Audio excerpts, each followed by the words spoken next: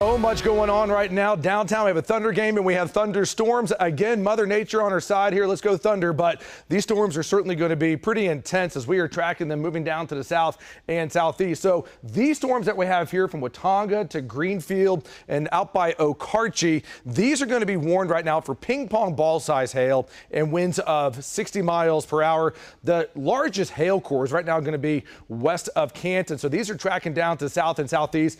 There is some spin with this storm right now that we're going to continue to monitor with all of these storms out there right now, though these are severe thunderstorm warnings, and all of this making a run towards the OKC metro. Also watching these storms and a pretty large severe thunderstorm warning right now that runs from Dill City through Elk City up to Cheyenne. Amanda and Dave are right in the heart of this storm right here, and we'll have their picture up here in just a bit. But that couplet is moving up to the northeast, kind of a bit of a different motion here, but that goes into Dill City at 549, Hammond 556, and then we get into Morewood here right around 610, Clinton right around 620, 625 or so. Let's zoom on out, show the bigger picture across the state. There's a lot going on. Storms in western Oklahoma are moving to the east, northeast. These storms right here are moving down to the south. There's Nick. There is Shane. We have Sky 5 up. There's Storm Command. And there is Amanda. Definitely a really impactful day here. By the way, if we can pop up Sky 5 real quick, that is looking at these storms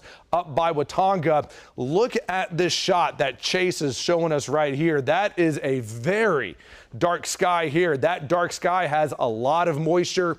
Rain is going to be heavy. Winds are going to be intense as well. As you can see, look how heavy that rain is right now out by Sayre. Okay, let's head on over to WSI 1. I want to show you the latest right now. We have actually 2 severe thunderstorm watches in effect, northern Oklahoma until 9 o'clock, and then a PDS severe thunderstorm watch for western and southern Oklahoma. PDS stands for particularly dangerous situation. That's reserved for these higher end days.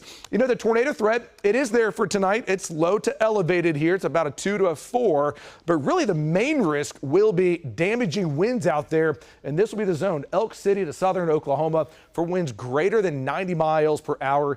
Any storms that come into the metro will have winds around 70 to 80 miles per hour. So we're tracking this cluster out to the west, coming up into central Oklahoma here, 7, 8, 9 o'clock. It's going to be pretty intense here, but the most significant storms there are across southern Oklahoma, and these will be moving out right after midnight. Meteorologist Sabrina Bates, we have a lot more in front of us here. Walk us through the next couple of days.